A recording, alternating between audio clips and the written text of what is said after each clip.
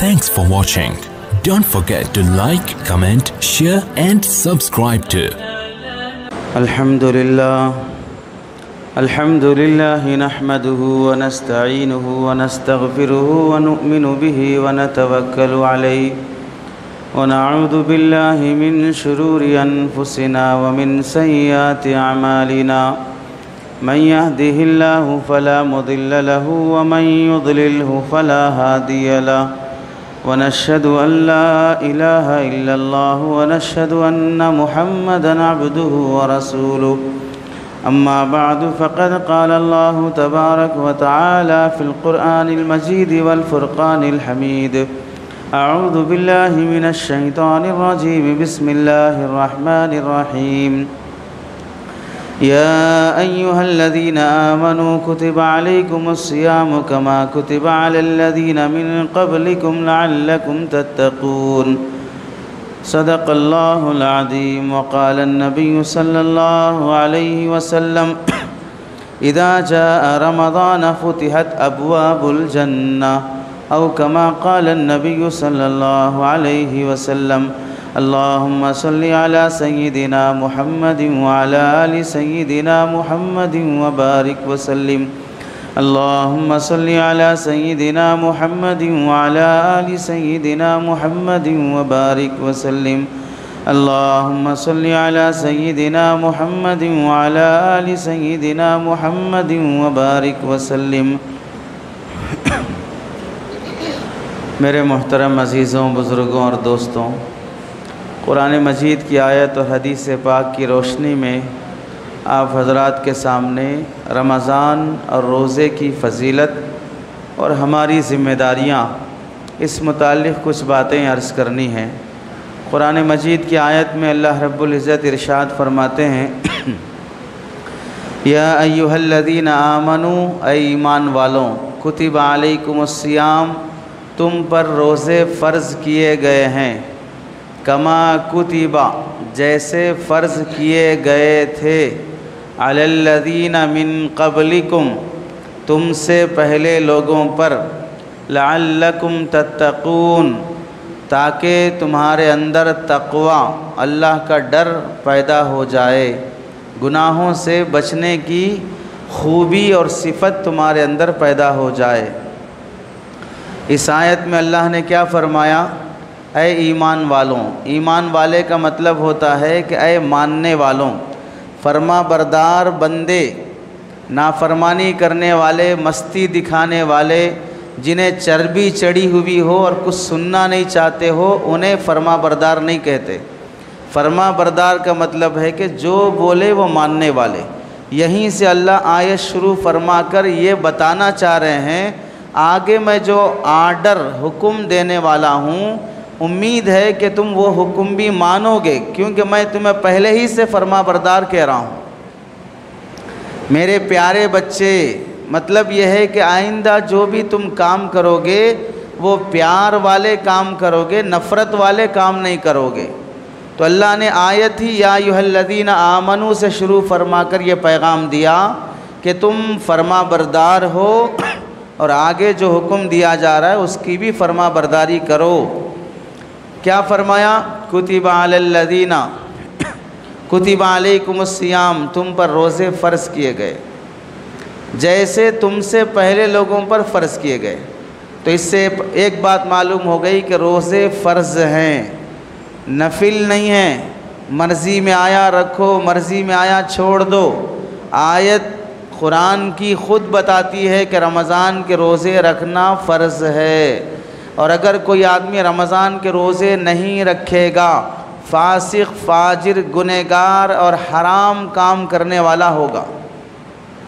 شراب پینا حرام ہے، زنا کرنا حرام ہے، سود کھانا حرام ہے، اور سماج کی نظر میں سود خور کو برا سمجھتے ہیں، شرابی کو برا سمجھتے ہیں، زانی کو برا سمجھتے ہیں۔ ویسے ہی رمضان کے روزے چھوڑ دینے والا شخص بھی شریعت کی نظر میں شراب پینے والا، زنا کرنے والا، سود کھانے والا جس طرح حرام کا مرتکب ہو رہا ہے، روزے چھوڑنے والا شخص بھی حرام کا مرتکب ہو رہا ہے۔ دونوں برابر کے حرام کام کر رہے ہیں، وہ بھی حرام ہے، یہ بھی حرام ہے۔ حرمت کی شدت اور خفت میں فرق ہو سکتا ہے، وہ حرام ہے لیکن ایک دم گھٹیا قسم کا حرام ہے، اور یہ بھی حرام ہے، لیکن ہیں دونوں حرام۔ تو اللہ نے روزے فرض کیے ہیں، اور فرض کام کو چھوڑنے والا شخص حرام کام کرنے والا ہوگا۔ دوسری بات اللہ نے فرمائی، کما کتب علی الذین من قبلکم، جیسے تم سے پہلے روزے فرض کیے گئے۔ اس میں اللہ نے فرمایا جب سے دنیا بنی ہے تب سے لے کر اب تک لوگ روزے رکھتے آئے ہیں، تم کوئی نیا عمل نہیں کر رہے ہو، یہ باپ دادا کے زمانے سے چلا آ رہا ہے۔ اگر تم لوگ بھوکے رہے تو تم سے پہلے لوگ بھی بھوکے رہے ہیں، تمہیں اگر بھوک کی تکلیف ہوتی ہے تم سے پہلے لوگوں کو بھی ہوئی ہے، تو اسے ایسا مت سمجھو کہ ہم ایک بہت بڑا کارنامہ کر رہے ہیں، ہم سے پہلی کسی امت نے اور کسی قوم نے روزے رکھا ہی نہیں ہے، ہم ہی پہلی امت ہیں جو روزے رکھ رہے ہیں، ایسا مت سمجھو۔ اور اگر خدا نہ کرے بالفرض مان بھی لیں کہ پہلی امتوں پہ روزے فرض نہیں تھے بالفرض، حالانکہ قرآن میں بھی ہے حدیث میں بھی ہے کہ پہلی امتوں پہ فرض تھے، بالفرض مان لیں کہ اسی امت پر اللہ نے روزے فرض کیے ہیں، پچھلی امتوں پہ نہیں کیے، تو اگر اسی امت پہ بھی فرض کیے ہیں تو یہ امت شروع کہاں سے ہوئی ہے؟ 2023 سے شروع ہوئی ہے یہ امت، 2020 سے شروع ہوئی ہے یہ امت، 1400 سال پہلے سے شروع ہوئی ہے۔ تو اگر اسی امت میں بھی اگر مان لیا جائے تو اس امت میں بھی روزے رکھنا 2020 22 23 سے نہیں ہے، 1400 سال سے رکھے آ رہے ہیں۔ اور تم جو 2023 میں جی رہے ہو، تم کوئی نئے سورما نہیں ہو جو اس رمضان کے مہینے کے روزے رکھ کر کوئی بڑا کارنامہ اور بڑی کاوش کر رہے ہو۔ اس امت میں بھی اگر روزے فرض مانے جائیں تو 1400 سال سے رکھتے آئے ہیں۔ کیوں فرض کیے گئے؟ لعلکم تتقون، روزوں کی برکت سے تمہارے اندر تقوی پیدا ہو جائے۔ تقوی وقایا سے ہے، عربی میں وقایا کے معنی آتے ہیں الوقایا فرط الصیانہ، فرط الصیانہ مطلب یہ ہے کہ حد درجے انتہائی درجے آدمی اپنے آپ کو بچانا، بہت زیادہ بچنے کو کہتے ہیں وقایا۔ اور دوسرا معنی آتا ہے وقایا کا ڈرنا، خوف کرنا، اللہ کا خوف، اللہ کا ڈر۔ قرآن مجید میں جہاں پر بھی تقوی کا لفظ آیا ہے وہاں معنی اور مطلب ہے کہ اللہ کا ڈر اور اللہ کا خوف۔ تو روزے فرض کیے گئے ہیں دو مقصد کی وجہ سے۔ پہلا مقصد روزے فرض کرنے کا، تم گناہوں سے بچو، بری عادتوں سے بچو، اور یہ بچنا اللہ کے ڈر سے ہو، سماج کی مجبوری سے نہ ہو، لوگوں کے دیکھنے کے ڈر سے نہ ہو، عزت جانے شرم جانے کی وجہ سے نہ ہو، کوئی دیکھے نہ دیکھے، سماج میں عزت رہے نہ رہے، میں یہ کام نہیں کروں گا کیونکہ میرا اللہ دیکھ رہا ہے۔ تو روزے کا مقصد معلوم ہوا، برائیوں سے بچنا اللہ کے ڈر سے، یہ ہوا روزے کا مقصد۔ تو اللہ نے آیت میں روزے رکھنے کا مقصد بھی فرما دیا۔ اب جو بندے روزے رکھ رہے ہیں انہیں اللہ سے ڈر کر گناہ چھوڑنے کا جب تک وہ ملکہ پیدا نہیں ہوگا تب تک روزے کا مقصد حاصل نہیں ہوگا۔ حدیث میں اللہ کے نبی فرماتے ہیں اذا جاء رمضان، جب رمضان آئے گا فتحت ابواب الجنہ، جنت کے دروازے کھول دیے جاتے ہیں۔ اور ایک حدیث میں فرمایا، بخاری شریف کی حدیث نمبر 1898، اور ایک حدیث میں فرماتے ہیں فتحت ابواب الرحمہ، اللہ رحمت کے دروازے کھول دیتے ہیں۔ اور ایک حدیث میں فرماتے ہیں ان للہ اتقا، اللہ تعالیٰ اپنے بندوں کو جہنم سے آزاد کرتے ہیں فی کل یوم ولیلۃ، ہر دن ہر رات اللہ بندوں کو جہنم سے آزاد کرتے ہیں۔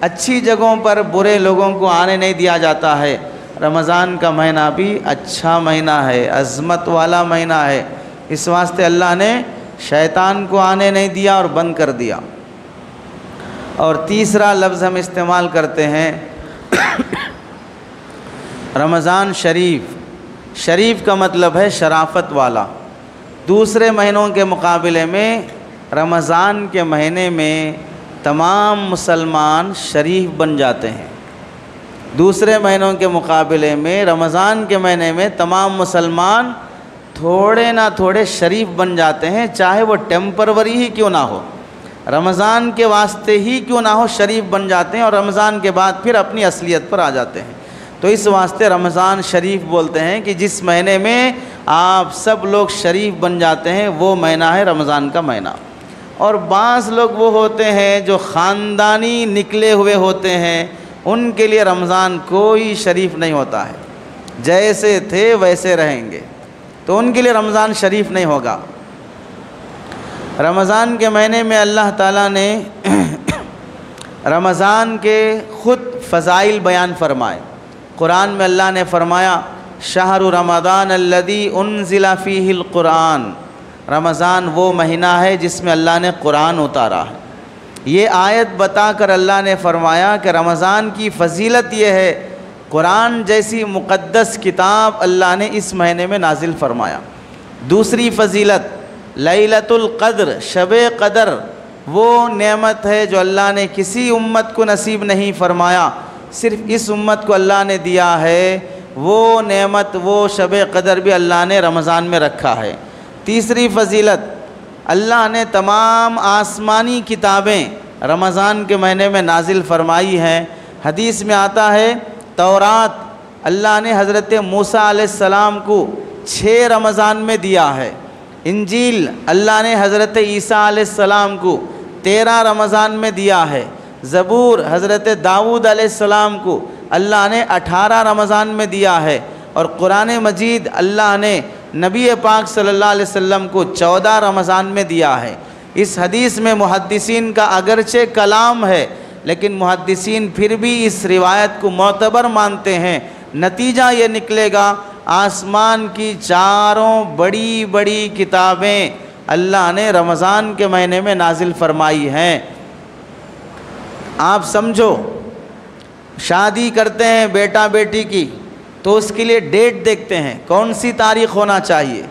محرم کے مہینے میں کیوں نہیں کرتے؟ سفر کے مہینے میں کیوں نہیں کرتے؟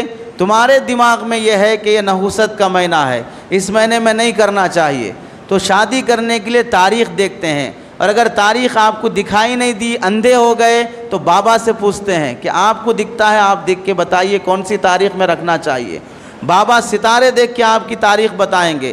یہ دن طے کرنا، تاریخ طے کرنا، ٹائم طے کرنا، یہ سب کیوں سوچ کے کرتے ہیں؟ تاکہ اچھے دن میں اگر نکاح کیا جائے، چڑھتی ہوئی تاریخ میں رکھا جائے، ڈھلتی ہوئی تاریخ میں نہ رکھا جائے، شروع مہینے میں رکھیں آخر مہینے میں نہ رکھیں، چڑھتی ہوئی تاریخ میں نکاح کریں گے تو پھر یہ ترقی کریں گے، اگر ڈھلتی ہوئی تاریخ میں رکھیں گے تو پھر ان کی زندگی میں ہمیشہ ڈھلان ہی رہے گا، ترقی نہیں کریں گے۔ یہ سوچ کر لوگ ڈیٹ اچھا رکھنے کی کوشش کرتے ہیں۔ ایسے ہی اس میں نیت اگرچہ کہ بری ہو، انسان کا بھی مزاج ہے کہ اچھا ٹائم دیکھ کر شادی کی ڈیٹ فکس کرنا، اچھا دن دیکھ کر دکان کی اوپننگ کرنا، اچھا دن دیکھ کر گھر کی بنیاد ڈالنا، اچھا دن دیکھ کر مسجد کی اوپننگ کرنا، یہاں تک کہ تم لوگ ہی نہیں، فلم انڈسٹری کے رہنے والے فلم ایکٹر بھی اچھا دن دیکھ کر فلم ریلیز کرتے ہیں۔ اور ان میں سے تو بعض ایسے بھی ہیں جو صرف اور صرف جمعہ کے دن ہی فلم ریلیز کریں گے، اور بعض بے وقوف ایسے ہیں جو عید کے دن فلم ریلیز کریں گے۔ اب ان کے نام بھی آپ لوگ جانتے ہیں، زیادہ بھولے بننے کی ضرورت نہیں ہے۔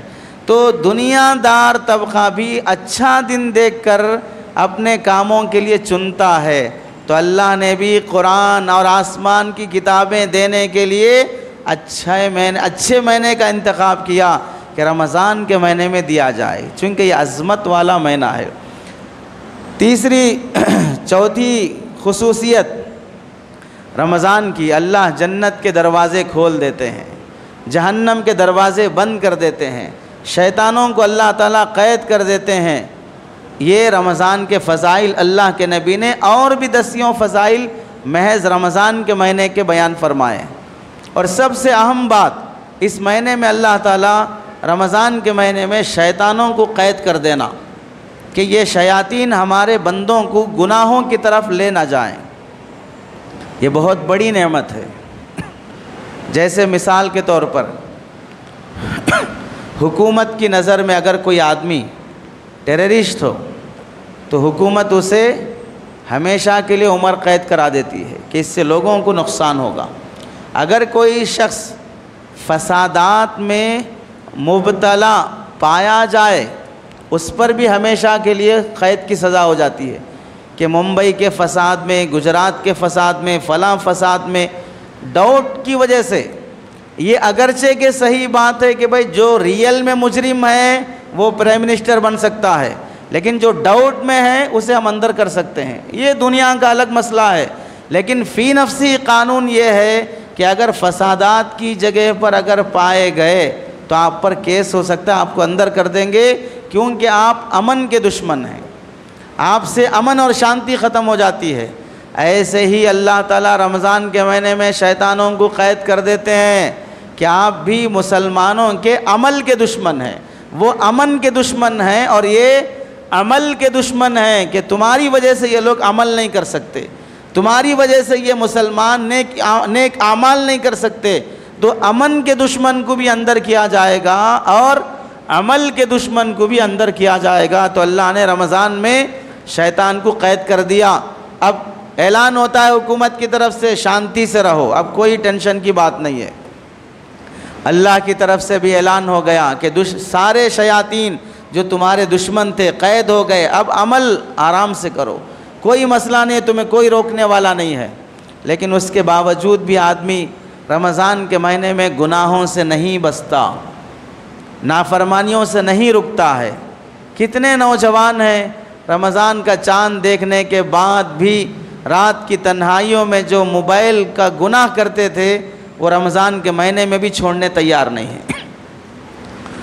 ایک زمانہ تھا گھروں میں ٹی وی رہتی تھی، تو رمضان کا چاند دیکھتے ہی سارے مسلمان جن کے گھروں میں ٹی وی رہتی ہے وہ ٹی وی کو کپڑا ڈھانپ دیتے تھے جیسے دلہن کو ڈھانپ دیتے ہیں۔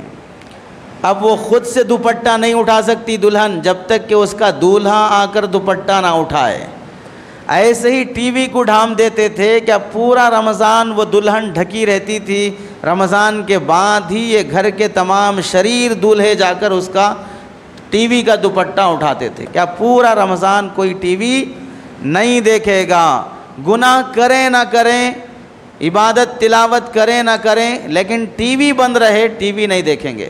ایسا ہمارے بچپن میں ہم دیکھتے تھے ہمارے رشتہ داروں کے گھر میں، ہمارے گھر میں اللہ کا کرم ہے بچپن سے بھی کبھی ٹی وی گھر میں نہیں آئی۔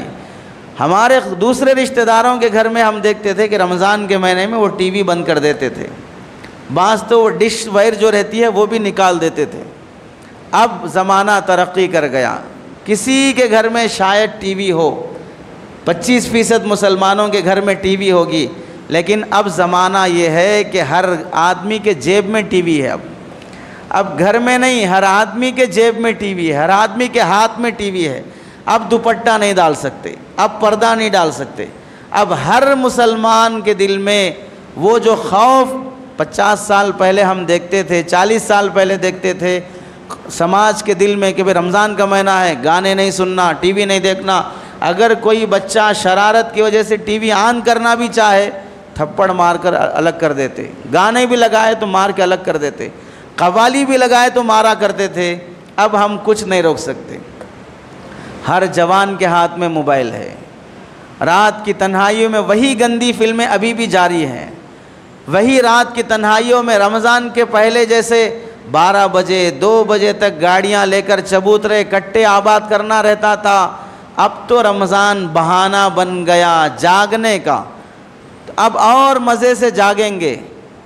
دنیا دار لڑکے تو جاگتے ہی ہیں، مستی کرتے ہی ہیں، بعض دیندار لڑکے بھی، قرآن پڑھنے والے بچے بھی رمضان کے مہینے میں دوستوں کے ساتھ گاڑیوں پہ کھیلتے ہوئے، کیرم بورڈ کھیلتے ہوئے، رمضان کی راتوں میں کرکٹ کا ایک نظام بنائیں گے، جہاں روشنی رہتی ہے وہاں پر کرکٹ کھیلیں گے، آنے جانے والوں کو تکلیف دیں گے، کسی کی کھڑکی پھوٹ جائے گی، کسی کی نیند میں ڈسٹرب ہوگی، کوئی انسانیت پیدا نہیں ہوتی ہے رمضان کے مہینے میں، اور شریر بن جاتے ہیں۔ شیطان بند ہو گیا، پھر یہ شرارت کہاں سے؟ اس کی وجہ یہ ہے، حدیث میں اللہ نے فرمایا، اللہ کے نبی نے فرمایا، جو شریر بہت بدتمیز شیطان ہوتے ہیں اللہ ان کو بند کر دیتے ہیں، چھوٹے چھوٹے شیطانوں کو اللہ چھوڑ دیتے ہیں، تو وہ چھوٹے شیطان ایسے شیطانوں کو بہکاتے رہتے ہیں، جس کی وجہ سے یہ رات کے گناہوں سے اور برائیوں سے نہیں بچتے۔ دوسری وجہ، 11 مہینے شیطان جتنی محنت کیا ہے انسان کے نفس پر، اب وہ شیطان بند بھی ہو گیا، لیکن نفس خود اپنی جگہ پر بڑا شیطان بن گیا۔ یہ نفس خود بڑا شیطان بن گیا ہے۔ شیطان اور نفس میں زمین آسمان کا فرق ہے۔ اذان دو، شیطان بھاگ جائے گا، قرآن پڑھو، شیطان بھاگ جائے گا، لیکن نفس اتنا بڑا شیطان ہے، یہ اذان سے بھی نہیں بھاگے گا، قرآن سے بھی نہیں بھاگے گا، مسجد میں آنے سے بھی نہیں بھاگے گا، کعبۃ اللہ میں جانے سے بھی نہیں بھاگے گا، بلکہ پورا قرآن تعویذ بنا کر گلے میں ڈال لو تو بھی نہیں بھاگے گا۔ یہ نفس سب سے بڑا شیطان ہے۔ اسے سدھارنے کے لیے روزے کے علاوہ کوئی اور عمل قابو میں نہیں آ سکتا۔ اپنے نفس کو قابو میں کرنے کے لیے روزہ سب سے بڑی نعمت ہے۔ اس واسطے کہ روزے میں دیکھو انسان کھانے سے پینے سے اپنی بیوی سے رک کے رہتا ہے، اکیلے میں ہے، گھر کے کونے میں ہے، بیڈ روم میں ہے، باتھ روم میں ہے، کوئی نہیں دیکھ رہا ہے۔ گرمی کا روزہ ہے، پانی پی لے گا تو کون دیکھے گا؟ کھانا ایک دو نوالے کھا لے گا تو کون دیکھے گا؟ وضو کرنے کے بہانے کلی کرتے کرتے اگر کلی نکل گیا تو کون دیکھے گا؟ لیکن پھر بھی انسان یہ کام نہیں کرتا۔ کیوں نہیں کرتا؟ اللہ دیکھ رہا ہے۔ اس بہانے سے جو اپنے نفس کی اصلاح کرتا ہے، وہ نفس روزے کے علاوہ کسی اور کام سے نہیں ہو سکتا۔ شیطان بند ہو گیا، پھر بھی 11 مہینے برے لوگوں کی دوستی میں رہے، برے دوستوں کی صحبت سے رمضان کے مہینے کے شیاطین کے اثرات پھر بھی باقی رہتے ہیں۔ گندی عادتیں پڑی ہوئی ہیں، رمضان میں شیطان بند بھی ہو جائے، جس کی عادتیں بگڑ گئی ہیں وہ سدھر نہیں سکتا۔ رمضان کے مہینے میں جو لوگ رمضان کی ناقدری کرتے ہیں، ان کے لیے شیطان بند بھی ہو جائیں تو بھی کوئی فرق نہیں پڑتا ہے۔ تو یہ رمضان کی فضیلتیں ہیں۔ رمضان کے مہینے کی قدر کرنا، اور قدر کیا ہے سب سے بڑی؟ روزوں کا اہتمام کرنا، یہ رمضان کی قدر ہے۔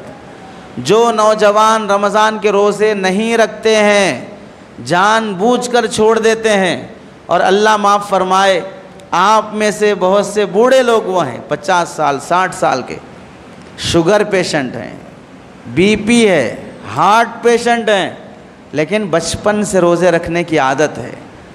70 سال عمر ہو گئی، 60 سال عمر ہو گئی، اب ان کے بیٹے بولتے ہیں کہ ابا آپ روزے چھوڑ دو، اب نہیں رکھ سکتے، ڈاکٹر آپ کو منع کیا ہے، لیکن ان کا دل نہیں مانتا۔ بچوں سے کہتے ہیں نہیں میں روزے نہیں چھوڑوں گا، کوشش کریں گے، رکھ کر دیکھیں گے، اگر شوگر ڈاؤن ہو جائے، کھانا کھانا پڑے، تب وہ روزہ توڑنے کے لیے تیار ہوں گے، لیکن روزہ چھوڑنے کے لیے وہ تیار نہیں ہوتے ہیں عمر والے لوگ، پرانے زمانے کے لوگ۔ لیکن یہ نوجوان ہٹے کٹے 3 دن بھوکے رہے تو بھی اتنی چربی ہے، اتنی مستی ہے، اتنا فیٹ ہے کہ ان کا فیٹ انہیں 3 دن بھی کام آ سکتا ہے۔ لیکن ایک دن بھی نہیں، 12 گھنٹے صرف، 13 گھنٹے صرف، وہ بھی پورا بھوکا رہنا نہیں ہے۔ صبح سحری میں ٹکا کے کھا رہے ہیں، اور افطاری میں بھی ٹکا کے کھا رہے ہیں۔ افطار سحری میں اتنا کھا رہے ہیں، اماں کھلا رہی، بیوی کھلا رہی، بہن کھلا رہے، سب کھا رہے۔ 14 گھنٹے بھوکے رہنا، کھاؤ، 14 گھنٹے بھوکے رہنا، کھاؤ، 14 گھنٹے بھوکے رہنا، کھاؤ، 4 پلیٹ کھلا دیے۔ اب افطاری میں جب بیٹھے کھانے کے لیے، 14 گھنٹے صبح سے بھوکے رہے تم، کھاؤ، ادھر صبح سے 4 پلیٹ کھائے، 14 گھنٹے بھوکے رہنا بول کر، اور افطار میں بیٹھ کے کھائے 14 گھنٹے بھوکے رہے بول کر۔ رہنا بول کے بھی کھائے، رہے بول کے بھی کھائے، آخر کھائے لیکن بھوکے کبھی نہیں رہے۔ اس واسطے عصر کا ٹائم بھی ہو جاتا، غروب آفتاب کا وقت بھی ہوتا، لگتا ہی نہیں بھوک ہے، روزہ ہے بولے، ایسا مست رہتے ہیں، بھوک کا احساس بھی نہیں ہوتا ہے۔ کیوں؟ جیسے عرب میں اونٹ کے بارے میں مشہور ہے کہ اونٹ اتنا پانی پیتا ہے، اس کے پیٹ میں الگ سے ایک ٹینکی ہوتی ہے جو 20 دن بھی پانی کے لیے کافی ہو جاتا ہے۔ اگر کہیں پانی نہ بھی ملے تو اندر کی ٹینکی سے وہ پانی لے کر اپنی پیاس بجھا لیتا ہے۔ یہ اونٹ کی خاصیت ہے، اور ہمارے مسلمانوں کی بھی یہ خاصیت بن گئی، 4 پلیٹ کھا کر اپنے پیٹ میں ایک الگ سے ٹینکی بنا لیتے ہیں۔ دوپہر میں بھوک لگی تو ایک پلیٹ نکال کے معدے میں ڈال لینا، شام میں بھوک لگی تو اور ایک پلیٹ نکال کے معدے میں ڈال لینا، کبھی معدے کو بھوک کا احساس ہی نہیں ہونا۔ ایسے ہم لوگ بھی عرب کے اونٹ بنے ہوئے ہیں۔ عربی میں صوم کا جو لفظ ہے وہ صوت سے آتا ہے، صوم، جس کے معنی آتے ہیں رکنا۔ عربی میں الصوم ہوا مطلق الامساک، مطلق رکے رہنے کو کہتے ہیں۔ وہ فی الشرع عبارۃ عن امساک مخصوص بصفت مخصوصہ، اور شریعت میں کہتے ہیں مخصوص نیت سے مخصوص کاموں سے رکے رہنا، یہ صوم کا معنی ہے۔ اور عربی میں اور ایک لفظ صوم آتا ہے جو سین سے صوم کے معنی آتے ہیں چرنا، خوب کھانا اور چرنا۔ ہم سواد جو عربی کا صوم ہے رکے رہنا، وہ روزہ کم کرتے ہیں، اور سین سے جو صوم آتا ہے چرنا، وہ روزہ زیادہ رکھتے ہیں۔ سحری میں بھی چریں گے، افطاری میں بھی چریں گے۔ عام دنوں میں جتنا نہیں چرتے اتنا رمضان میں چریں گے، چونکہ حدیث میں ہے رمضان میں مومن کا رزق بڑھا دیا جاتا ہے، روزی بڑھا دی جاتی ہے۔ اس واسطے روزی بڑھ گئی ہے تو رمضان میں بہت سے بندوں کے پیٹ بھی بڑھ جاتے ہیں، حالانکہ کم ہونا چاہیے، لیکن اتنا کھائیں گے کہ رمضان میں 1 کلو بھی کم نہیں ہوں گے۔ یاد رکھو، روزے سے تقوی اس وقت پیدا ہوگا جب روزہ رکھنے کے بعد آدمی کو بھوک لگے، احساس ہو کہ میں بھوکا ہوں، بھوک لگ رہی ہے، اور پیٹ کے اندر وہ تڑپ ہو کہ واقعتاً بھوک کھانے کی طلب، یہ چیزیں انسان میں پیدا ہونا، تب جا کے وہ روزے کا کمال پیدا ہوتا ہے۔ اسی واسطے علماء نے لکھا ہے، روزے کی اللہ نے جو حکمتیں لکھی ہیں علماء نے، پہلی حکمت علماء نے لکھی ہے روزہ رکھنے سے اللہ کی محبت کا ثبوت ہوتا ہے۔ تم واقعتاً اللہ کو چاہ رہے ہو۔ کیوں؟ آدمی جب کسی کو چاہتا ہے، محبوب کی محبت میں جب وہ اس سے ناراض ہو جائے، محبوبہ تمہاری چھوڑ کر چلی گئی یا تم کسی اپنی محبوبہ کو چھوڑ دیے، تو آپس کی جدائی میں، ایک دوسرے کے غم میں کھانا نہیں کھاتے، پانی نہیں پیتے۔ محبوبہ کی یاد آ رہی ہے، اپنی معشوقہ کی یاد آ رہی ہے، اس میں آدمی کو کھانے من نہیں کرتا ہے۔ اگر آدمی لو فیل ہو جائے، جو لو فیلر ہوتے ہیں وہ دم سگریٹ پینے، شراب پینے، ٹینشن ہو گیا ہے، محبوبہ کی یاد ستا رہی ہے، تو محبوب کی یاد میں آدمی اپنی عادت کو بدل لیتا ہے، ٹینشن ظاہر کرتا ہے۔ ایسے ہی اللہ سے محبت ہے تو اللہ نے فرمایا بھوکے رہ کے دکھاؤ۔ تو بندہ اللہ کی محبت میں اپنے گھر کا کھانا پانی، اپنی بیوی جو اس کے لیے حلال ہے، اللہ تو بول رہا ہے کہ میں میری بیوی سے روک کے رہوں، نہ اسے ہاتھ نہ لگاؤں، بری نیت سے نہ دیکھوں، شہوت کی نگاہ سے نہ دیکھوں، تیری محبت میں اپنی بیوی سے میں رکا رہوں گا۔ یہ بالکل ایسے ہی ہے جیسے حضرت ابراہیم کو اللہ نے حکم دیا تھا میری محبت میں اپنی بیوی کو جنگل میں چھوڑ کے آؤ۔ حضرت ابراہیم نے اللہ کی محبت کا ثبوت دیا، اپنی بیوی اور بچوں کو جنگل میں چھوڑ کر آیا، اللہ نے اس کی برکت میں کعبۃ اللہ اور مکہ کو آباد کیا۔ اور بندہ جب روزے میں اپنی بیوی بچوں کو چھوڑتا ہے، بیوی سے رکا رہا، گناہ شہوت سے رکا رہا، اللہ اس کے بدلے میں بھی اسے کعبۃ اللہ جس طرح آباد اللہ نے کیے ہیں، رمضان ختم ہونے پر عید کی برکتوں سے اس کے گھر کو بھی اللہ آباد کرتے ہیں۔ روزہ اللہ کی محبت کا ثبوت ہے۔ دوسرا علماء نے لکھا ہے روزہ نفسانی خواہشات کو کمزور کرتا ہے۔ ہمارا نفس جن گناہوں کی طرف جاتا ہے، سب سے بڑا گناہ بدنظری، آدمی جو سڑک پہ آنے کے بعد اس لڑکی کو دیکھا، اس لڑکی کو دیکھا، اب تو سڑک پہ آنے والی کوئی لڑکی محفوظ نہیں ہے، موبائل میں آنے والی لڑکیاں محفوظ نہیں ہیں، بلکہ جو لڑکیاں موبائل میں آ گئی ہیں وہ خود چاہتی ہیں کہ ہمیں دیکھے، جو یوٹیوب پر آ رہی ہیں وہ خود چاہتی ہیں کہ ہمیں دیکھے، تبھی وہ یوٹیوب پہ آ رہی ہیں۔ اور بہت سی مسلمان لڑکیاں اتنی گھٹیا اور اتنی بے حیا بن چکی ہیں، وہ انسٹاگرام پر اور ٹک ٹاک پر اور اپنے ویڈیوز بنا کے ڈال رہی ہیں، ڈانس کرتے ہوئے ڈال رہی ہیں، ان میں کوئی حیا باقی نہیں رہتی۔ ویسی لڑکی سے کوئی پاک اولاد پیدا نہیں ہو سکتی، ویسی لڑکی کبھی اپنے گھر کو آباد نہیں کر سکتی جو یوٹیوب میں بے حیائی کے ویڈیوز ڈال رہی ہے اور اپنے فوٹوز اپلوڈ کر رہی ہے۔ روزہ انسان کو نفسانی خواہشات سے بچاتا ہے۔ کیسے؟ آدمی جب کھاتا ہے اور کھا کر اپنا جسم بناتا ہے، تب اس کے دل میں آتا ہے گناہ کرنا، اور جب کھانے سے رک کر بھوکا رہا، بھوک کی حالت میں آدمی کو گناہ کی خواہش پیدا نہیں ہوتی۔ بھوک کی حالت میں انسان کو گناہ کی خواہش پیدا نہیں ہوتی۔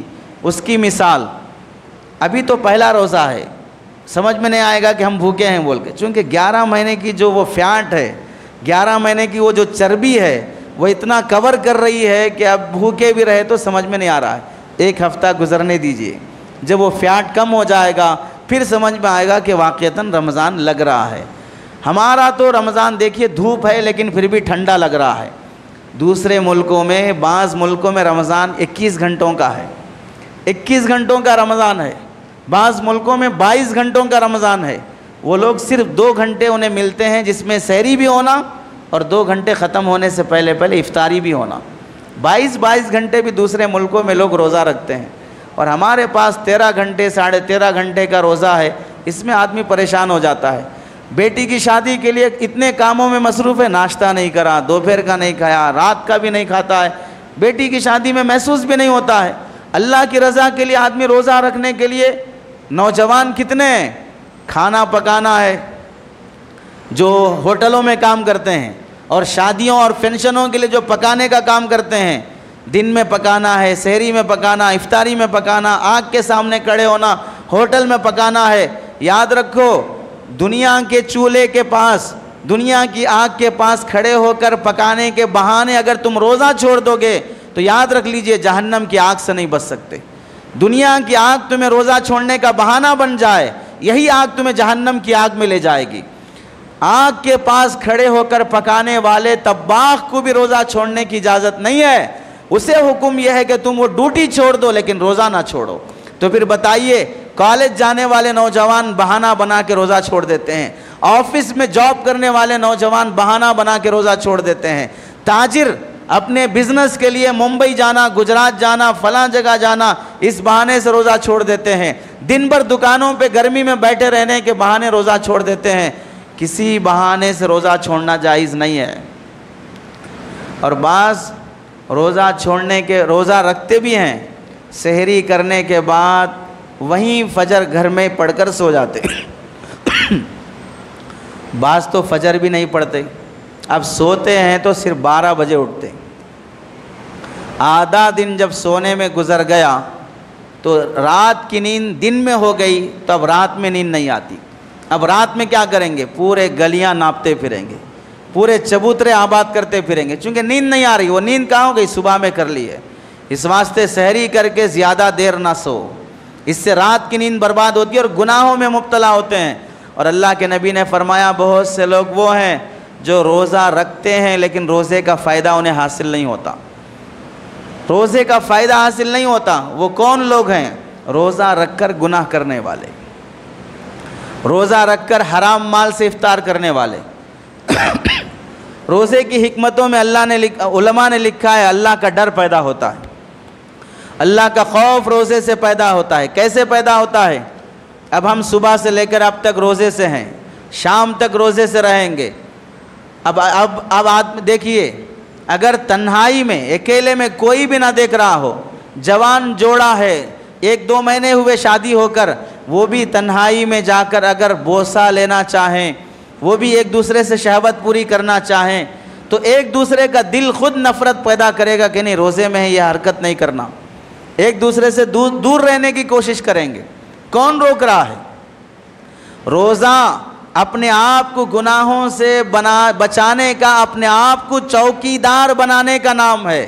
اب تمہارا کوئی چوکیدار نہیں ہے، کوئی تمہارا پولیس نہیں ہے، کوئی تمہیں ملٹری نہیں ہے تمہیں بچانے کے لیے، روکنے کے لیے۔ ادھر آؤ گے تو شوٹ کر دیں گے، تم اپنے آپ کے چوکیدار ہو، تم اپنے آپ کے پولیس ہو، اپنے آپ کو تم شوٹ کر لیتے ہو کہ میں اب ان گناہوں کے بارڈر پہ نہیں جاؤں گا، تنہائی میں نہیں، بلکہ اگر کوئی عمرے پہ جاتے ہیں لوگ، ایک ہفتے کے بعد عمرے سے آئیں گے، بعض لوگ شعبان کے آخر میں جاتے ہیں، رمضان کے شروع میں آتے ہیں، وہ اگر رمضان میں وہاں حج بیت اللہ سے تمہیں زمزم کا پانی اور مدینے سے کھجور لا کر دے اور یہ کہے کہ بھئی میں تمہاری محبت میں زمزم اور یہ کھجور لایا ہوں اور میری تمنا ہے کہ تم میرے سامنے یہ زمزم پی لو اور کھجور کھا لو، تو تم کہو گے کہ نہیں، روزے سے ہوں افطار میں کھاؤں گا، روزے سے ہوں افطار میں کھاؤں گا۔ وہ اگر تمہیں اصرار بھی کرے، ارے کوئی بھی نہیں دیکھ رہا ہے، کھا لو، برکت کی چیز ہے، زمزم برکت ہے، کعبے کا مدینے کا کھجور برکت ہے، لیکن پھر بھی نہیں کھاؤ گے، کہ افطار میں کھاؤں گا۔ تو اس سے کیا معلوم ہوا؟ آدمی 11 مہینے کا گنہگار کیوں نہ ہو، رمضان کے مہینے میں جب اللہ کے لیے بھوکا رہا تو زمزم کا پانی پینے تیار نہیں، مدینے کا کھجور کھانے تیار نہیں، دوست کو خوش کرنے کے لیے بھی کھانے تیار نہیں، اللہ کو خوش کرنا ہے۔ تو پھر بتائیے، اس سے اللہ کا ڈر پیدا ہونا چاہیے کہ اے مسلمان، رمضان کے مہینے میں زمزم پینے تیار نہیں ہوا، رمضان کے بعد شراب کیسے پی رہا ہے، رمضان کے مہینے میں تو مدینے کا کھجور کھانے تیار نہیں ہوا، رمضان کے بعد سود کیسے کھا رہا ہے، رمضان کے مہینے میں اپنی ہی بیوی سے شہوت پوری کرنے تیار نہیں ہوا، رمضان کے بعد دوسری لڑکیوں کو چھیڑنے اور زنا کرنے کے لیے کیسے تیار ہو رہا ہے۔ یہ حلال سے بچنا تمہیں یہ سبق دیتا ہے کہ تم حرام سے بچنے کے عادی بنو، یہ حلال سے بچنا یہ سبق دیتا ہے کہ تم حرام سے بچنے کے عادی بنو۔ اور روزے کا مقصد اللہ کا شکر پیدا کرنے کا جذبہ پیدا ہو۔ شکر کا جذبہ کیسے؟ روزہ رکھنے کے بعد غروب کے وقت، عصر کے بعد آدمی کو پانی کی پیاس بہت لگتی ہے، کبھی ٹھنڈا پانی دیکھے، شربت دیکھے، سموسے دیکھے، حلیم دیکھے اور مزیدار بریانی کی خوشبو محسوس ہو، تو رمضان سے پہلے جو حلیم کھایا، جو بریانی کھایا، اس کی یاد تازہ ہونے لگتی ہے۔ کیا مست رہتی بریانی، کیا مزے کی خوشبو آ رہی ہے، جی کرتا ہے کھائیں، جی کرتا ہے پئیں، لیکن نہیں پی سکتے۔ اب احساس پیدا کرو، یہی پانی ہے جسے تم دوسرے مہینوں میں ناقدری سے پھینکا کرتے تھے، آج اس پانی کی تمہیں کیسی طلب پیدا ہو رہی ہے۔ یہی کھانے کے نوالے ہیں جو دوسرے مہینے میں تم پھینکا کرتے تھے بچا بچا کر، آج غروب کے وقت تم اس نوالے کی کیسے طلب پیدا ہو رہی ہے۔ اور کتنے لوگ ہیں سماج میں جو اس نوالے سے محروم ہے، پانی کے اس گھونٹ سے محروم ہیں، پیاسے سو رہے ہیں، بھوکے سو رہے ہیں، اور کتنے لوگوں کی روزانہ جان اس واسطے چلی جاتی ہے کہ انہیں کھانے کا نوالا نہیں ملا۔ تم اس روزے کی حالت میں اللہ کا شکر کرو کہ 11 مہینے بھی اللہ نے تمہیں کھانے کے آباد مہینے دیے ہیں، لقمے آباد دیے ہیں، اور اللہ نے شربت اور کھانے اور پینے کی نعمتوں سے تمہیں آباد رکھا ہے۔ شکر کا جذبہ پیدا کرنے کے لیے اللہ نے روزے فرض کیے ہیں، اور روزے فرض کرنا انسان کو حیوانیت سے نکال کر فرشتہ بنانے کے لیے ہے۔ کیا مطلب؟ 3 مخلوق ہے اللہ کی، ایک جانور جنگل کے جانور، ایک آسمان کے فرشتے، ایک زمین کے انسان، یہ 3 مخلوق ہیں۔ جنگل کے جانوروں کا کام کھانا پینا اور خواہش پوری کرنا، بچے جننا۔ جنگل کے جانور جتنے بچے جنتے اتنے انسان نہیں جن سکتا۔ جب بچے زیادہ پیدا ہو رہے مطلب تو خواہشات بھی خوب کر رہے ہیں۔ تو جنگل کے جانوروں کا کام کھانا، خواہشات پورے کرنا۔ آسمان کے فرشتوں کا کام نہ کھانا، نہ پینا، نہ خواہشات، نہ سونا، کچھ بھی نہیں کرتے۔ ادھر فرشتے الگ مخلوق، ادھر جنگل کے حیوان الگ مخلوق، بیچ میں انسان ہے۔ 11 مہینے یہ بھی جانوروں کی طرح رہتا ہے، کھاتا ہے، پیتا ہے، شہوت بھی پوری کرتا ہے، مزے کرتا ہے۔ رمضان میں کوئی شادی کرتا ہے؟ کوئی آدمی رمضان میں شادی نہیں کرتا، نحوست سمجھ کے کرتا نہیں کرتا۔ مبارک مہینہ ہے پھر بھی نہیں کرتے۔ کیوں نہیں کرتے؟ اس واسطے کہ رمضان کے مہینے میں شہوت نہیں پوری ہو سکتی۔ تو رمضان کے مہینے میں اللہ نے یہ بنانا چاہا انسان کو 11 مہینے جانوروں کے جیسے جیے ہو، رمضان کا مہینہ فرشتوں کے جیسے جیو، نہ کھانا ہے، نہ پینا ہے، نہ اپنی بیوی سے شہوت پوری کرنا ہے۔ تو حیوانیت سے نکال کر ملکوتیت کی طرف لے جانے کا نام اللہ نے روزہ رکھا ہے۔ جانوروں کی مشابہت سے نکال کر فرشتوں کی مشابہت میں لانے کے لیے اللہ نے انسانوں پر روزے فرض کیے ہیں۔ اور روزہ صبر کی تلقین کرتا ہے۔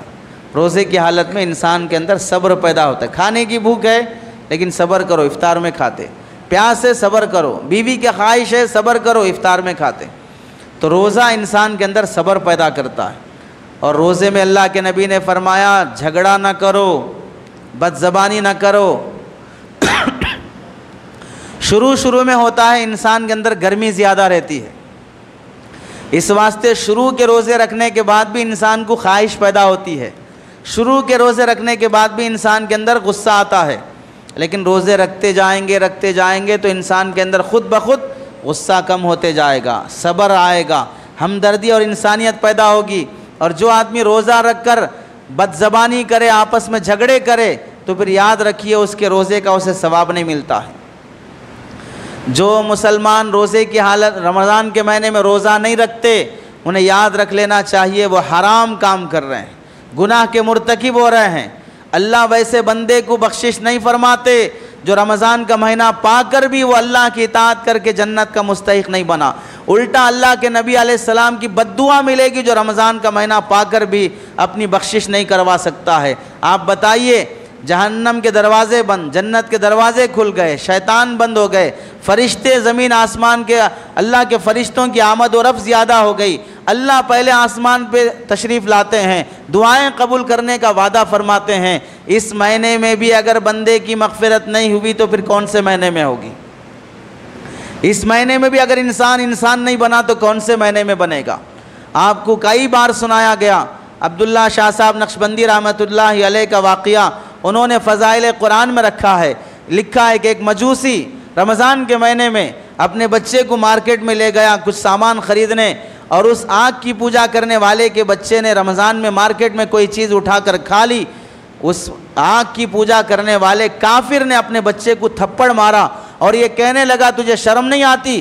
رمضان کے مہینے میں مسلمان بھوکے رہتے ہیں، اپنے اللہ کی خاطر روزہ رکھتے ہیں، اور تم ان کے سامنے کھا رہے ہو۔ تھپڑ مار کر اپنے بچے کو لے گیا، واقعہ ہوا گزر گیا۔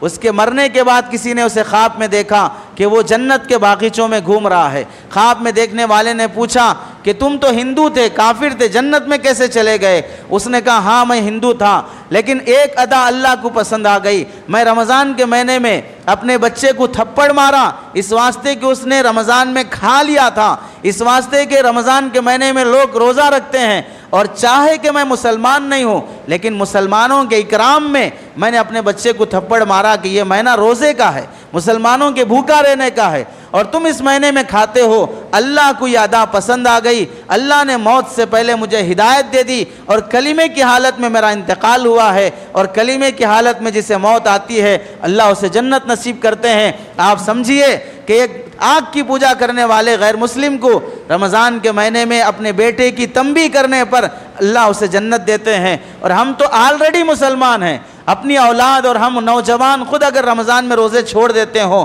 تو اللہ کو کتنا غصہ آئے گا، اور اگر ہم روزوں کا اہتمام کرتے ہیں تو اللہ کو کتنا رحم آئے گا۔ اس واسطے ایک بات کا وعدہ کر لیجئے کہ رمضان کا کوئی روزہ کوئی مسلمان جان بوجھ کر نہیں چھوڑے گا۔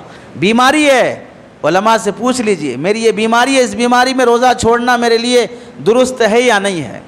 ایک بات ہو گئی۔ دوسری بات، رمضان کے مہینے میں سحری اور افطاری کا نظام، لوگ سحری کھاتے ہیں، بعض لوگ وہ ہیں جو 12 بجے کھا لے کے سو جاتے کہ نہیں صبح نہیں اٹھ سکتے، یہ بھی غلط بات ہے، سحری کے ٹائم پہ سحری کرو۔ اور بعض لوگ وہ ہیں جو کھاتے رہتے، سحرن بج گیا، سحری بند کرو اعلان ہو گیا، پھر بھی بولتے ہیں اور 5 منٹ ٹائم باقی ہے، اور 3 منٹ ٹائم باقی ہے۔ یاد رکھ لیجئے سحری کا سحرن بجنے کے بعد 7 منٹ 5 منٹ بمشکل ٹائم باقی رہتا ہے، اس کے بعد سحری کا وقت ختم ہو جاتا ہے۔ اذان اگرچہ کہ 10-15 منٹ کے بعد دی جائے گی، لیکن سحرن بجنے کے 5-7 منٹ کے بعد بھی اگر کوئی کھائے گا اس کا روزہ نہیں ہو سکتا۔ اذان شروع ہونے کے بعد اگر کوئی کھا رہا ہے تو یاد رکھ لیجئے وہ روزہ نہیں ہے، وہ سحری نہیں ہے، بلکہ وہ صبح کا ناشتہ ہے۔ اذان کے بعد یا سحرن بجنے کے 7-8 منٹ کے بعد اگر کوئی کھا رہا ہے وہ سحری نہیں ہے، وہ صبح کا ناشتہ ہے، اس کا روزہ ہو ہی نہیں سکتا ہے۔ اور افطاری کے مسئلے میں افطار کا موقع، تہجد کا موقع، سحری کا موقع، دعائیں قبول ہونے کا موقع ہے۔ سحری کرنے کے لیے اٹھتے ہو تو ساتھ میں تہجد بھی پڑھ لو، دعا کرو اللہ سے۔ کیسے حالات ہیں، مہنگائیاں بڑھ رہی ہیں، مسلمانوں کی زمین تنگ ہو رہی ہے، زلزلوں سے مسلمان دفن ہو رہے ہیں، مسلمانوں کو موب لنچنگ سے مارا جا رہا ہے، مسلمانوں کی مسجدوں پر مندر بنانے کے فیصلے کیے جا رہے ہیں، مدرسوں کو ڈھایا جا رہا ہے بلڈوزروں کے ذریعے سے، مسلمان نوجوانوں کو قید کیا جا رہا ہے۔ ایسے عالم میں اگر اللہ سے دعا کر کے یہ حالات درست نہیں کروائے تو پھر بتائیے بعد میں کون سا ایسا بہتر موقع ہوگا جس میں ہم دعا کروائیں؟ بعد میں کون سا ایسا قبولیت کا موقع ہوگا جس میں اللہ دعا قبول کریں؟ اس واسطے تہجد میں دعا کا اہتمام، افطار کے موقع پہ دعا کا اہتمام۔ افطاری کے موقع پر لوگوں کا رواج یہ ہے مختلف بازار کے آئٹم جمع کر لیتے ہیں، یہاں کے سموسے لاؤ، یہاں کی حلیم لاؤ، یہاں کا فروٹس لاؤ، یہاں کی بریانی لاؤ، یہاں کی شربت لاؤ۔ صحابہ افطار کے موقع پر 1-2 کھجور سے افطار کر لیتے، اور سنت بھی یہی ہے، اللہ کے نبی کا عمل بھی یہی ہے کہ افطاری میں پہلا لقمہ جو ہمارے حلق میں جانا چاہیے وہ کھجور ہونا چاہیے۔ لیکن تلے ہوئے بھنے ہوئے اتنے تیل کی چیزیں کھاتے ہیں، اتنا دسترخوان بھرا رہتا ہے، 10 منٹ پورے افطار کا وقت ہونے کے بعد اذان ہو گئی، اذان ہونے میں 10 منٹ ہے، 15 منٹ تک کھاتے رہتے ہیں۔ اور بعض لوگ افطاری میں اتنی بدتمیزی کرتے ہیں، افطار کی پارٹیاں، افطار کی مستقل پارٹیاں کرتے ہیں، مسجد میں کرتے، فنکشن ہال میں کرتے، باہر کسی فارم ہاؤس میں جا کر پارٹیاں کرتے ہیں۔ اللہ کے بندوں، افطار عبادت ہے، عبادت کو عبادت کے ڈھنگ پہ کرو، عبادت کو فیشن نہ بناؤ، عبادت کو ایک تقریب نہ بناؤ، ایک فنکشن نہ بناؤ۔ عبادت میں غیر مسلم لوگوں کو بھی دعوت دینا اچھی بات ہے، اسے کل آئندہ جب بیان کریں گے، لیکن افطار کی پارٹیاں کرنے کا اتنا رواج ہو گیا ہے، بہت سے لوگ اپنا نام رکھنے کے لیے افطار کی پارٹیاں کرتے ہیں۔ اللہ کے نبی نے فرمایا شر ولیمتن، بہت بدترین ہے وہ ولیمہ جس میں صرف مالداروں کو بلایا جائے، ایسے ہی بہت بدترین ہے وہ افطار کا موقع جس میں صرف اپنے ہی لوگ، اچھے لوگوں کو بلایا جا رہا ہے، غریب لوگوں کی افطار کا کوئی فکر نہیں کی جا رہی ہے، افطار کا انتظام نہیں کیا جا رہا ہے۔ وقت ہوتے ہی افطار کر لینا، نخرے نہیں دکھانا، افطار کا وقت ہو گیا پھر بھی دعا میں لگے ہوئے ہیں، 2-2 4-4 منٹ دعا میں لگے ہوئے ہیں۔ اللہ کو یہ ظاہر کرنا چاہیے، اے اللہ تو نے بھوکا رکھا، ہم بھوکے رہے، اب تیرا آرڈر آ گیا، سیرن بج کر افطار کا ٹائم ہو گیا، کھاؤ، تو ایسے کھانا کہ یہ دکھانا کہ اللہ ہم بھوکے نہیں رہ سکتے، تیری روزی کے محتاج ہیں، اب تو نے حکم دے دیا، اب ہم کھا رہے ہیں۔ ہم بھوکے رہ کر روزی سے بے نیازی نہیں دکھا سکتے، بر وقت افطار کر لینا۔ اور رمضان کے مہینے میں بہت سے مسلمان تراویح کا تو کوئی اہتمام نہیں ہوتا، شروع میں جیسے نیا دولہا جیسے جوش میں رہتا ہے، رات بھر جاگتا بھی ہے، مزے کرتا بھی ہے، اور ہنسی مذاق بھی ہوتی ہے، اور فروٹس بھی لاتے اور آئس کریم بھی لاتے، ایک دوسرے کو کھاتے کھلاتے، آدھا تو کھا آدھا میں کھا، جیسے مزے کرتے ہیں ویسے رمضان کے بھی دولہے رہتے ہیں۔ پہلی تراویح، دوسری تراویح، تیسری تراویح، بس وہ جیسے نکاح کے بعد ایک جمعگی تک جیسے مزے رہتے ہیں، نئے کپڑے بن سور کر اسمارٹ بن کر رہتے ہیں، اس کے بعد سے پھر وہی پرانے کپڑے، پسینے کی بو اور فلاں، ایسے ہی رمضان کے بھی دولہے رہتے ہیں۔ 4-5 دن تک دولہے بن کر پوری مسجد آباد، مسجد تنگ پڑ گئی ہے، لوگ گیٹ تک آ گئے، سیڑھیوں پہ کھڑے ہو گئے، چپل کے پاس بھی کھڑے ہو گئے۔ کتنے دن؟ 4 دن۔ اس کے بعد کہاں چلے گئے سارے دولہے؟ یہ گولیوں کی طاقت تھی، پاور جو آیا تھا نا دولہے کا، وہ گولیوں کا پاور تھا، اب وہ گولیوں کا پاور ختم ہو گیا، بوڑھے بن گئے۔ ویسے ہی رمضان میں 4 دن کے جوان رہتے ہیں، پھر اس کے بعد پوری تراویح کے لیے مسجد خالی ہے۔ کہاں یہ سارے دولہے؟ مارکیٹ میں ہیں، بازار میں ہیں، دوشا بنڈی کے پاس ہیں، ہوٹلوں کے پاس ہیں، نیلوفر چائے پینے کے لیے وہاں پر گئے ہیں، فلاں حلیم کھانے کے لیے گئے ہیں۔ اب تراویح میں اگر کوئی آ بھی گیا تراویح میں جوان، پیچھے بیٹھے بیٹھے موبائل دیکھتے رہتا ہے، جیسے امام صاحب رکوع میں جائیں گے فوراً بھاگ کے آ کے ملے گا، قیام میں شامل ہونا نہیں چاہتا ہے۔ تراویح کا مذاق نہ اڑاؤ، بدتمیزی نہ کرو تراویح کے ساتھ، یہ سعادتیں بار بار نصیب نہیں ہوتی ہیں۔ حضرت عبداللہ بن عمر رضی اللہ تعالیٰ عنہ ایک قبر کے پاس سے گزر رہے تھے، قبر دیکھتے ہی فوراً اتر گئے اور بازو 2 رکعت نماز پڑھی، اس کے بعد دعا مانگ کے آئے۔ ساتھیوں نے پوچھا یہاں نماز پڑھنے کی وجہ کیا ہے؟ حضرت عبداللہ بن عمر رضی اللہ تعالیٰ عنہ نے فرمایا قبر والے کو دیکھتے ہی مجھے اپنی قبر یاد آ گئی. یہ قبر والا اگر زندہ ہوتا تو یہ تمنا کرتا کہ 2 رکعت پڑھنے کا موقع مل جائے. آج ہم زندہ ہیں, مجھے اپنی قبر یاد آئی تو میں 2 رکعت پڑھ کر اس کا بھی ایصال ثواب کر لیا. یہ مردہ ہے, اسے 2 رکعت پڑھنے کا موقع نہیں ہے. ہم زندہ ہیں, ہمیں پڑھنے کا موقع نصیب ہے. اگر ہم پھر بھی نہیں پڑھے تو پھر بتاؤ اس مردے اور اس زندے میں فرق کیا ہے؟ اس لیے رمضان کی تراویح بہت بڑی نعمت ہے. 8 رکعت پڑھتے 20 رکعت پڑھتے یہ جھگڑے نہ کرو. اختلافی موضوعات پہ بولنے کا مزاج نہیں ہے. 20 رکعت پڑھ لو. چاروں مذاہب کے فقہا, حنفی, شافعی, مالکی, حنبلی, تمام مسالک کے فقہا, اور 1400 سال سے حرمین شریفین میں 20 رکعت تراویح کی سنت ہے. 20 رکعت تراویح پڑھ لو. 8 اور 20 کے جھگڑوں میں نہ پڑھو. جو نہیں پڑھ رہے ہیں ان کو لے کے آؤ, جو نہیں پڑھ رہے ہیں ان کو لے کے آؤ. اگر دماغ میں یہی سوار ہے کہ ہمیں 8 ہی پڑھنا ہے تو 8 پڑھ کے عزت سے چلے جاؤ, لیکن 20 پڑھنے والوں کی ٹانگ نہ کھینچو. 20 پڑھنے والوں کا دماغ خراب نہ کرو. گفتگو کرنا ہے, بحث کرنا ہے. 200 سالوں سے بحث چلتی آ رہی کہ 8 رکعت ہے یا 20 رکعت ہے. علماء کے دلائل ہیں, کتابیں ہیں, بیانات ہیں, سب موجود ہیں. تمہاری کیا حیثیت ہے تم 8 اور 20 کے بولنے والے؟ تم حدیث جانتے ہو, قرآن جانتے ہو, کون سی فیلڈ کے ہو؟ اس واسطے عام آدمی کو یہ اختیار نہیں ہے کہ وہ 8 اور 20 کی بحث میں پڑھے. پڑھنا ہے تو عزت سے پڑھو اور نکل جاؤ. یہ فکر کرو کہ جو نوجوان نہ 8 پڑھتا نہ 20 پڑھتا بلکہ عشاء کی فرض بھی نہیں پڑھتا ہے, اسے جا کر نماز کے لیے بلانے کی فکر نہیں ہے. جو پڑھ رہے ہیں ان کے بارے میں دماغ خراب کرنے کا کام نہ کرو. اللہ سے دعا ہے کہ اللہ عمل کی توفیق نصیب فرمائے. آمین. وآخر دعوانا ان الحمدللہ رب العالمین. ابھی تک آپ نے مفتی احمد اللہ آفیشیل چینل کو سبسکرائب نہیں کیا ہے تو سبسکرائب کر لیں اور بیل آئیکن کو پریس کر دیں تاکہ ہمارے ہر نیو ویڈیو کی نوٹیفیکیشن آپ کو جلد سے جلد مل جائے. جزاک اللہ.